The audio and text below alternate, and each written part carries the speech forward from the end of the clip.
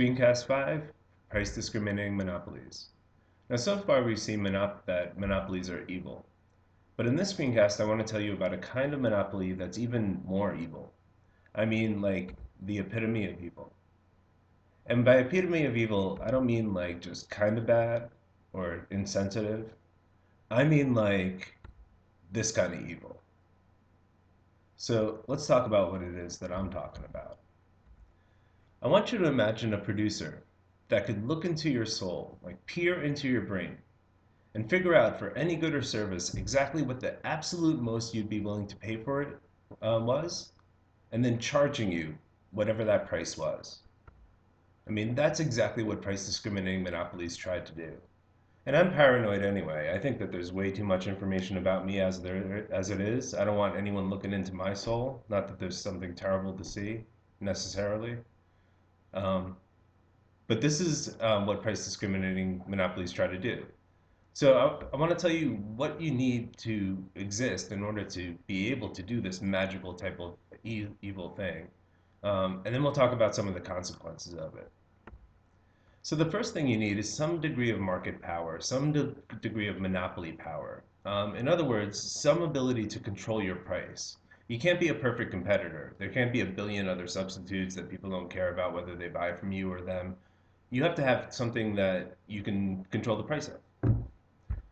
Secondly, you have to have a way of kind of figuring out what people are willing to pay and then dividing consumers into kind of different groups. And the more specific the groups, the better a price discriminator you can be. I mean, ideally, what's called perfect or pure price discrimination is literally doing what I was saying, looking into someone's soul and seeing the absolute most that they're willing to pay. But even if you can't do that, if you can kind of segment out like all consumers into various categories of willing to pay, you could at least partially price discriminate. And then third, you have to have the ability to prevent resale. Because it doesn't work if people can just buy from you and then sell it to someone else. Then you can't price discriminate. Because what would happen is that someone who wasn't willing to pay that much, maybe like $2 for whatever you had, that's what you'd charge them. And then they just turn around and sell it to someone who'd be willing to pay more. So I want to give you a couple examples to make this a little bit more concrete. You ever wonder why it is that booksellers will come out with a hardcover book and it'll be like $40, and then it takes 3 or 4 months to come out with a softcover book? What they're trying to do is price discriminate by segmenting consumers into basically two categories: the people that really, really want the book and the people that are willing to wait. You know, it doesn't take any feat of technological progress to print the softcover book at the same time as the hardcover book. They're just essentially trying to figure out who's willing to pay $40 to read this thing and who's willing to pay $15 to read this thing. Kind of a crude form of price discrimination. Or you ever go to the movies and notice that there are all these senior citizen discounts, and maybe you think, hey, the movie's being really nice to these senior citizens. Well, it's not really being nice. What it's trying to do is charge different groups of people what they're willing to pay for something. So if it priced the movie at whatever, $10 or $13, none of the senior citizens would show up, right? But by having a senior citizen discount, they can charge you and me $10 or $8, and then charge other people, senior citizens, people who are willing to pay less, a smaller price.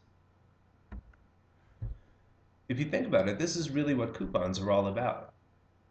If you're willing to pay full price, if you don't want to bother with cutting out a coupon, you can pay full price for something.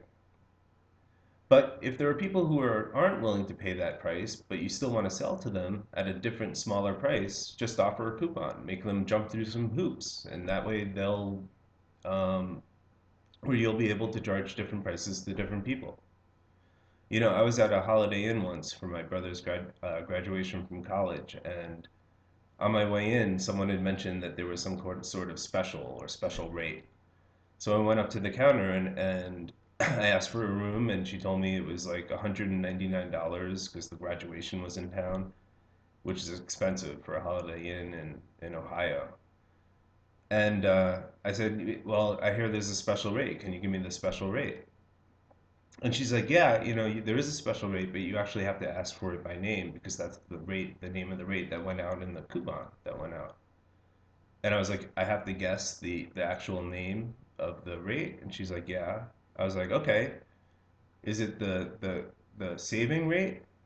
She's like, no, that's not it. I was like, is it the super rate? She's like, no. I was like, okay, is it the special weekend rate? She was like, nope. Now, like 10 or 15 minutes later, just randomly, I was like, is it the special suits? I was the special saver rate. That's what it was called. She's like, yep, $99. I was like, awesome. I mean, what she was doing was price discriminating. And in fact, I said this to her at the time. I was like, you're price discriminating. And she said, but you're white. And I said, never mind. But she was trying to price discriminate, right? Because she was essentially trying to offer me the price of 199. And if I was willing to pay that price, I would have just paid it. But if I wasn't willing to, I could show that by jumping through this little stupid hoop of naming this special rate. And that way she figured out, oh, I wasn't willing to pay that much. She could charge other people that much, but charge me a lower price. All right, kind of a long story, but never mind. Anyway, another example, my Dell laptop. Actually, that's another kind of long story. You can ask me about that in class, and it's not entirely ethical. So yeah, better ask me in class about that one. Or then finally, checkout scanners. You may or may not know this, but if you pay for stuff with a credit card or a debit card at like any place with a checkout, it's recording every single thing that you buy and recording the price that you're paying for each of those things. And it's compiling a huge database about you. I told you I was paranoid. About you and what you buy and what you're willing to pay. So like I go into the store and I'm shopping for my family and my wife wants whatever feminine hygiene products, and like now Cub Foods knows that I'm willing to pay $4.99 for them. Like personally I am, because I bought them.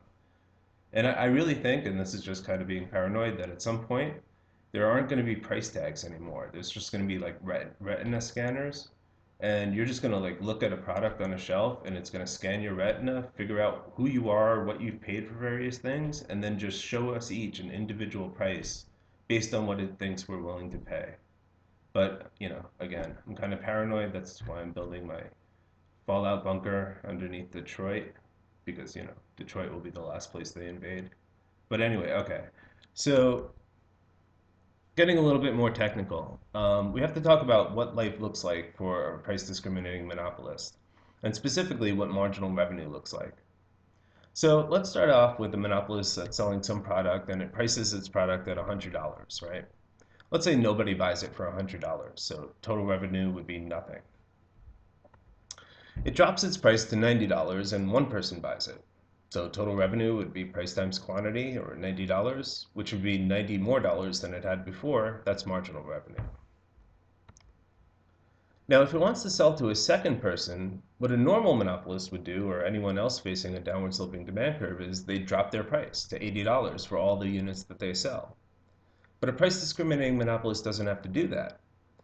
It can charge the higher price to the first person and the slightly lower price to this next person. So that next price is $80, but it's still charging $90 to that first person, right? It's price discriminating. Total revenue now is $170, 90 for the first person plus 80 for the second, which is $80 in marginal revenue. It's 80 more dollars than the total revenue was when they were only selling to the first person. The same would be true for the third person. It would drop its price for them, $70, but it would still charge 90 and 80 to the first two people. Total revenue here is $240, marginal revenue is $70. Well, look at what's going on. The price that it's charging to each successive person is equal to the marginal revenue. And that's going to make the graph look a little bit different for this kind of monopolist than it did for the normal monopolist. Here's what the normal monopolist looked like. And remember, it simply went to where MR is equal to MC, that was its quantity, it went up to the demand curve, and that's how it chose its price. Well, for a price discriminating monopolist, price and marginal revenue are the same thing. So the demand curve is the marginal revenue curve. Remember, the demand curve is every series of price and quantity. So following the MR is equal to MC rule, the price discriminating monopolist would go right there. Whoops, whoops, whoops. Right there. That's how it would pick its quantity. And the price that it's charging is actually every single one of these prices.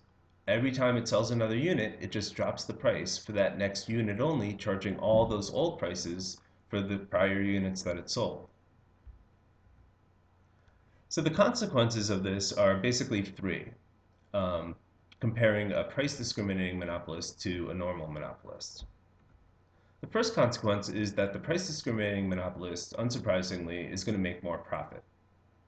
Again, comparing the normal monopolist, where profit looked like this, right? We compared the price to the average total cost at this quantity, which was there. There was its profit per unit, and then multiplied times the quantity was its total profit. For the normal monopolist, it looked like this. For the price discriminating monopolist, it's charging all of these prices. Average total cost at this quantity is going to be right there.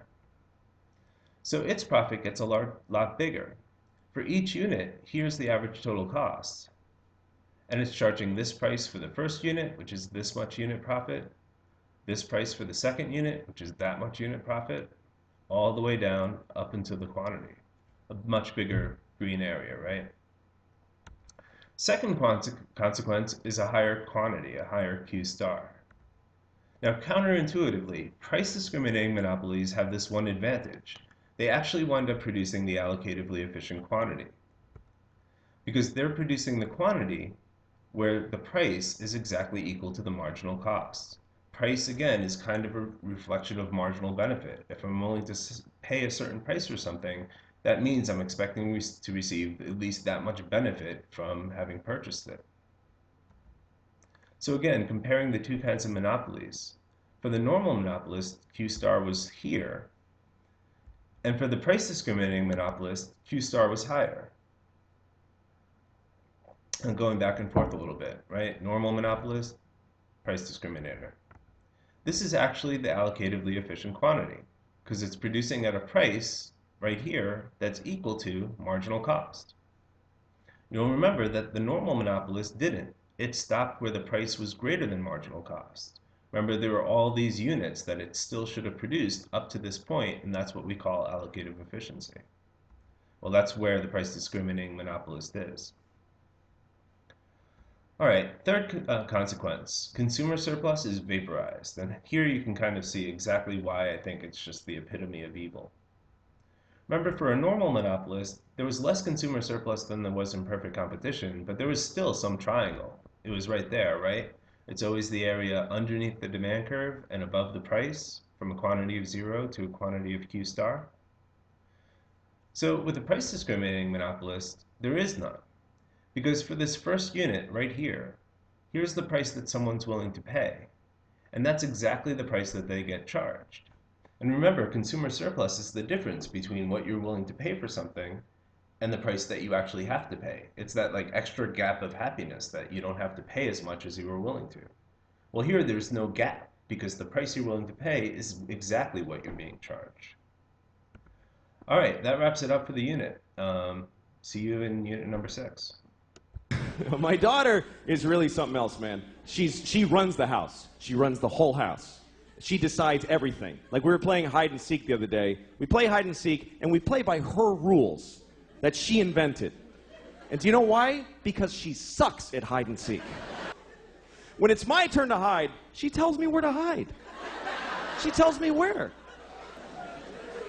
And then when she hides, this is her hiding. She goes over to a wall and does this. She goes, that's it. There's nothing here.